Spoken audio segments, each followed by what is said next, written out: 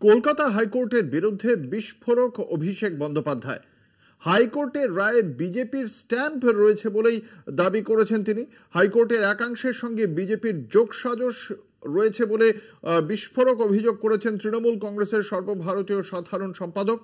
একই সঙ্গে match fixing এর আদলে অর্ডার ফিক্সিং হচ্ছে বলে অভিযোগ করেছেন তিনি। খুব স্বাভাবিকভাবেই অভিষেক বন্দ্যোপাধ্যায় হাইকোর্টের বিরুদ্ধে যে ধরনের বক্তব্য রেখেছেন তা অবশ্যই অত্যন্ত তাৎপর্যপূর্ণ রাজনৈতিকভাবে। আজকেই মুখ্যমন্ত্রী মমতা বন্দ্যোপাধ্যায় আদালতের বিরুদ্ধে যে বক্তব্য রেখেছেন তার প্রেক্ষিতে একটি মামলা করেছেন বিকাশ রঞ্জন ভট্টাচার্য। সেক্ষেত্রে অভিষেক বন্দ্যোপাধ্যায়ের বক্তব্য বিশদে জানবো। আমাদের সঙ্গে রয়েছেন আমাদের বিশেষ প্রতিনিধি দেবজ্যোতি ঘোষ। দেবজ্যোতি, ঠিক কি বলেছেন আজ অভিষেক বন্দ্যোপাধ্যায়? দেখো, আজকে অভিষেক বন্দ্যোপাধ্যায় পুরুলিয়াতে একটি ইন্টারনাল মিটিং এ উপস্থিত ছিলেন এবং সেখান থেকে বেরিয়ে তিনি বিচার ব্যবস্থার একাংশকে তীব্র ভাষায় আক্রমণ করেন। সেখানে বিচারপতি সম্বন্ধে কোনো মন্তব্য না করলেও বিচার ব্যবস্থায় যারা বসে আছে তারা ভারতীয় জনতা পার্টির প্রতিনিধিত্ব করছেন বলে মনে হচ্ছে এবং বিচার ব্যবস্থায় সকলেই কিন্তু খারাপ নয়, কেউ কেউ ঠিক রায় দেন। কিন্তু বেশ কিছু জায়গাতে গত কয়েকদিন ধরেই যেটা লক্ষ্য করা যাচ্ছে, কিভাবে বিরোধী দলনেতা একেবারে কোর্টের রায়ের আগেই তিনি বলে দিতে পারছেন যে আগামী সোমবার বা মঙ্গলবার সপ্তাহের প্রথমেই বড় বিস্ফোরণের ঘটনা ঘটবে। এছাড়াও আজকে অমরনাথ শাখা যে মন্তব্য করেছেন তা নিয়েও কিন্তু একহাত নিয়েছেন বিজেপি নেতৃত্বকে এবং বিচার ব্যবস্থাকে যেভাবে গুলিণ্ঠিত করার চেষ্টা করা হচ্ছে, তাদের সম্মানকে যেভাবে নিয়ে খেলা করার চেষ্টা হচ্ছে তা নিয়ে তৃণমূল নেত্রী যেমন একাধিকবার সোচ্চার হয়েছেন, তেমনি কিন্তু অভিষেক বন্দ্যোপাধ্যায়ও আজকে কড়া নিন্দা করেছেন যেভাবে বিচার ব্যবস্থার একাংশকে নিয়ে ব্যবহার করা হচ্ছে ভারতীয় জনতা পার্টির পক্ষ থেকে। তা নিয়েও কিন্তু অভিষেক বন্দ্যোপাধ্যায় মন্তব্য করেছেন এবং তিনি বলেছেন মামলা করলে মামলা করতে পারে, কিন্তু সত্যি কথা থেকে তিনি এক পাও পিছবেন না।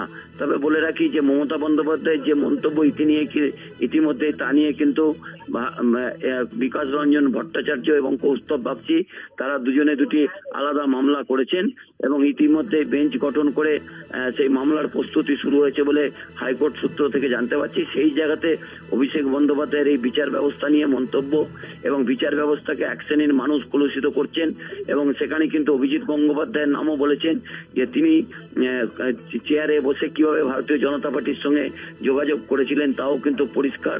কিন্তু তিনি যেভাবে তার সময়কাল শেষ করার আগেই তিনি ভারতীয় জনতা পার্টিতে যোগদান করলেন এবং তমলুকের মতো আসনে লড়াই করছেন, তা নিয়েও কিন্তু অভিষেক বন্দ্যোপাধ্যায় আজকে একাধিক প্রশ্ন তুলেছেন। ধন্যবাদ। আমাদের সঙ্গে ছিলেন আমাদের বিশেষ প্রতিনিধি দেবজ্যোতি ঘোষ। কি বলেছেন অভিষেক বন্দ্যোপাধ্যায় শোনাবো। আজকে প্রতিশোধ নেওয়ার জন্য এই যে হাইকোর্টের অর্ডার, তার রন্ধে রন্ধে বিজেপি স্ট্যাম্প রয়েছে। বিজেপি যেভাবে 4 জন দুর্নীতি করলে 100 দিনের টাকা আটকে দেয়, সেইভাবেই একই পথে হেঁটে 4 জন প্যানেলের বাইরে বা কিছু লোক প্যানেলের বাইরে চাকরি পেয়েছে বলে গোটা প্যানেলটা বাতিল করে দিয়েছে। এটা দুর্ভাগ্যজনক, বেদনাদায়ক। এই ভূভারতে আমরা কোথাও দেখিনি।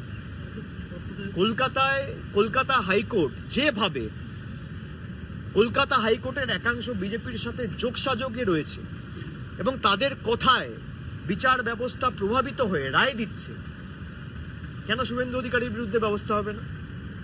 উনি বলেছিলেন বিস্ফোরণ করব।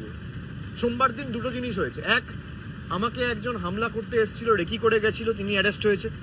আর দ্বিতীয়, কলকাতা হাইকোর্ট অর্ডার দিয়ে পুরো প্যানেল ক্যান্সেল করেছে। তাহলে বিস্ফোরণ দুটোর মধ্যে একটা।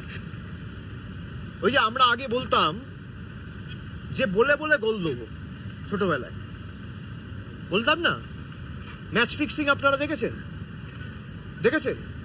যারা বেটিং করে বলে পরের বলে ছক্কা হবে, তাই হয়। কেউ বলে পরের বলে আউট হবে, তাই হয়। কেউ বলে পরের বলে একটা ইয়র্কার দেবে, তাই হয়। এগুলো হচ্ছে অর্ডার ফিক্সিং, দুর্ভাগ্যজনক। Court fixing. আগে আমরা বেটিং শুনতাম, এখন বেটিং এর নতুন মাত্রা অ্যাড করছে কলকাতা হাইকোর্টের একাংশ। বিজেপির লোকেরা বেটিং করছে আর সেই বেটিং এর সেই বেটিং এর দোসর হিসেবে কাজ করছে কিছু বিচার ব্যবস্থার বিচারকের আসনে থাকা বিচারপতিরা। আপনাদের জানিয়ে রাখি, আপনারা শুনলেন অভিষেক বন্দ্যোপাধ্যায়ের বক্তব্য। খুব সরাসরি তিনি বলছেন যে অর্ডার ফিক্সিং করছে এবং এদিকে তার নিশানায় ভারতীয় জনতা পার্টি এবং কলকাতা হাইকোর্টের বিচারপতিদের একাংশের দিকে তার নিশানা। অর্ডার ফিক্সিং এর অভিযোগ করছেন অভিষেক বন্দ্যোপাধ্যায়।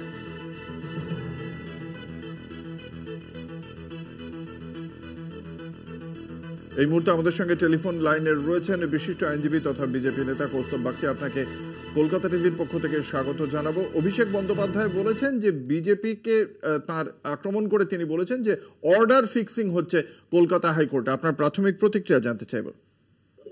আমরা তো এই জন্যই হাইকোর্টের দ্বারস্থ হয়েছি, আমরা হাইকোর্টের কাছে বিষয়গুলো নিয়ে দ্বারস্থ হয়েছি।